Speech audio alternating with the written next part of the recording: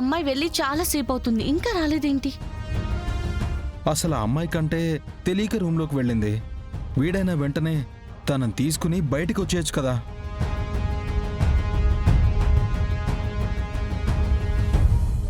అసలే నిషి కూడా రూమ్లో లేదు. వచ్చి కానీ చూస్తే ఇంకేమైనా ఉందా? ఇల్లు పీకి పందిరేస్తుంది. ఏం చూస్తే నాకంత కోపం వస్తుంది?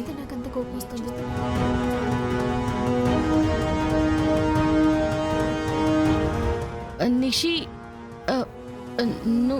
నువ్వెప్పుడు? మీరు నేనేదో చూస్తే ఇల్లు పీకి పందిరేస్తాను అన్నారు కదా, అప్పుడే వచ్చాను. దేని గురించి మాట్లాడుకుంటున్నారు? అది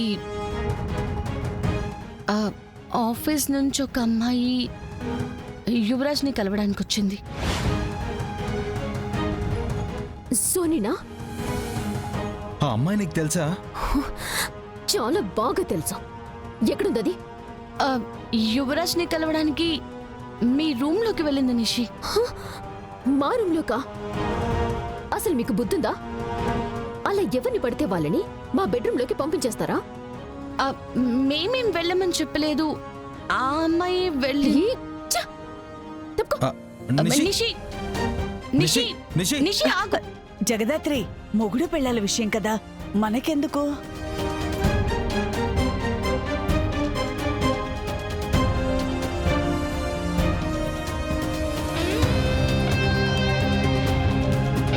యువరాజ్, మనం కలవడానికి మొదటి అడుగు, నువ్వు నిషిక విడిపోవడానికి మొదటి అడుగు వేయబోతున్నావు. రెడీగా ఉండు.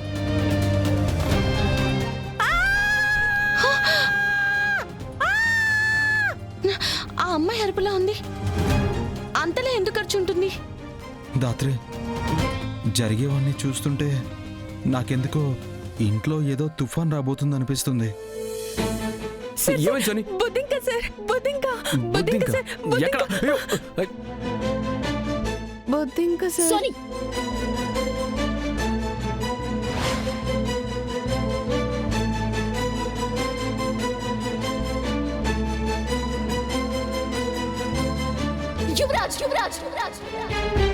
నిషి, ఏం చేస్తున్నావే? చెప్పు. నా రూమ్ లో నా భర్తతో ఏం చేస్తున్నావు? మేడం, నిషి, నేను చెప్పేది ఒకసారి విను. నువ్వు మాట్లాడు. నువ్వు చెప్పవే, ఏం చేస్తున్నావు?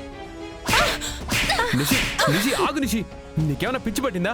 అసలు ఏం జరిగిందో తెలియకుండా సోనీ ఎందుకు కొడుతున్నావు? దీన్ని కొట్టడం కాదు,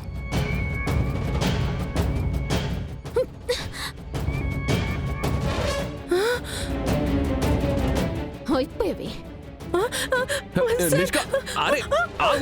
ఈ రోజు నా చేతిలో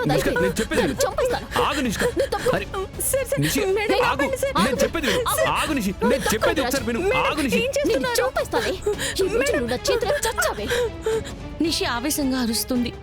ఏం గొడవ జరుగుతుందో ఏంటో, ఒకసారి నేను వెళ్ళి చూసొస్తాను.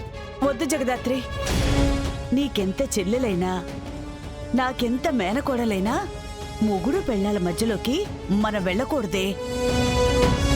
వాళ్ళ గదిలో జరిగే గొడవ గురించి మనం ఎవరం తెలుసుకోకూడదు. వాళ్ళు బయటకు చెప్పుకోకూడదు. బయటకు వస్తారు కదా, ఏమైందో కనుక్కుందాం. చెప్పేది విను. యువరాజ్, వెళ్ళిపోతుంది అది. నువ్వు తప్పుకో. నిషి, నేను చెప్పేది విను.